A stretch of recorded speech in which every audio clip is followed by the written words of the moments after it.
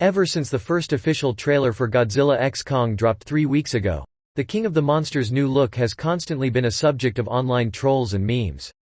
A lot of people have suddenly jumped to the conclusion that Legendary Studios has ruined the integrity of the Big G's character and are on the path to transform him into some kind of a ridiculous-looking Barbie.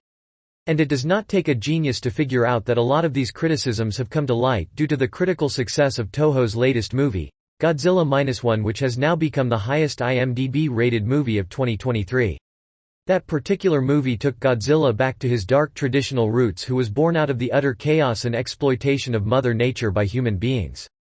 While Legendary Studios, as we know, represents a fantastical take on the character set in a world which features tons of other kaijus, monsters and aliens with superpowers and other special abilities. So which of the two versions is actually better and a more accurate depiction of the character? And more importantly, is it right to criticize one version of a character by using the commercial and critical success of another version of the same character as an excuse? Before answering these couple of questions, I just want to make a quick and brief statement. Talking about comic book movies, TV shows and games is my biggest passion. If you want to support me on my journey, I just want you guys to do me a simple favor. Please spend 1 second of your time to hit the like button and subscribe to my channel. Trust me, it truly means the world. Okay. Now let us get back to the main topic. First of all, I have utmost respect and regards for TOHO because this particular movie studio was the one responsible for creating and introducing the world to this iconic giant oversized lizard called Godzilla, who is undoubtedly one of the most popular and adored fictional characters in pop culture history. Starting with Godzilla 1954, which is still considered by many as the first introduction to modern-day monster movies, the studio has produced almost 50 different movies and TV shows featuring the iconic kaiju across a time span of over 75 years. Godzilla-1, as we know, is the most recent Godzilla movie produced by the studio, which has completely taken the world and the internet by storm. The movie gave us a dark, haunting and depressing take on the character, taking us back to his traditional roots and his origins. In that movie, Godzilla truly feels like the worst thing that could have ever happened to the human race. TOHO successfully managed to portray the King of the Monsters as this dark, cold-blooded living epitome of death and destruction who represents the unspoken fears and trauma of people left by the atomic bombings. And as it turns out, majority of audiences around the world loved and appreciated this particular take on the character. Godzilla-1 is now the highest IMDb-rated movie of the year, and as per reports, it is also being considered as a serious contender for the Best International Cinema for the Academy Awards next year. And as a lifelong fan of the character, I could not be more happier and proud to witness this success of the Big G. But at the same time, it also makes me sad and upset to see that people are somehow using the success of Godzilla-1 as an excuse to mock and criticize Legendary Studios and the MONSTERVERSE for their portrayal of the character. I hate to break it to you, but the MONSTERVERSE is never going to produce an emotionally deep and philosophical movie like Godzilla-1.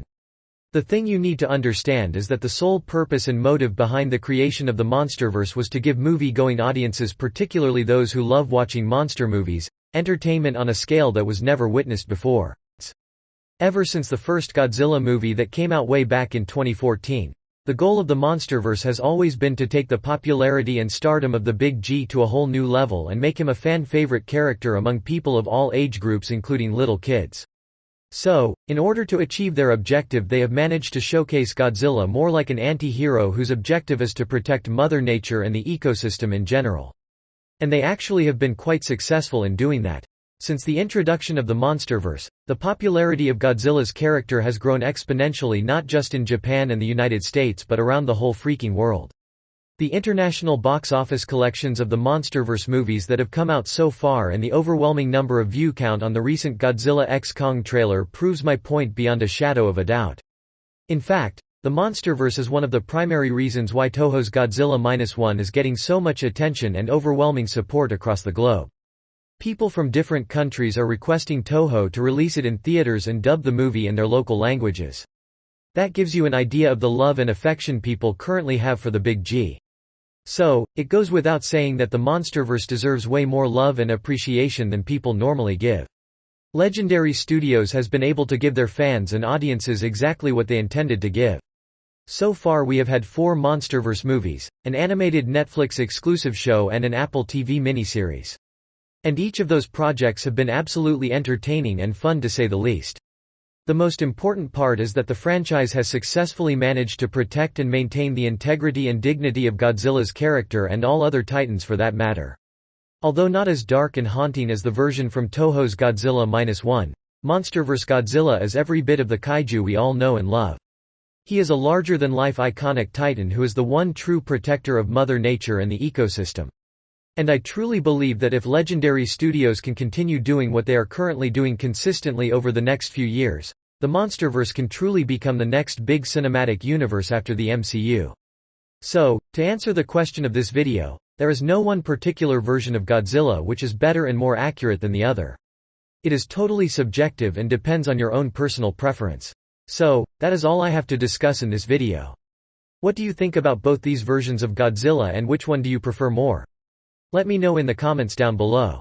And please do not forget to like this video and subscribe to my channel. Thanks for watching. Have a great day.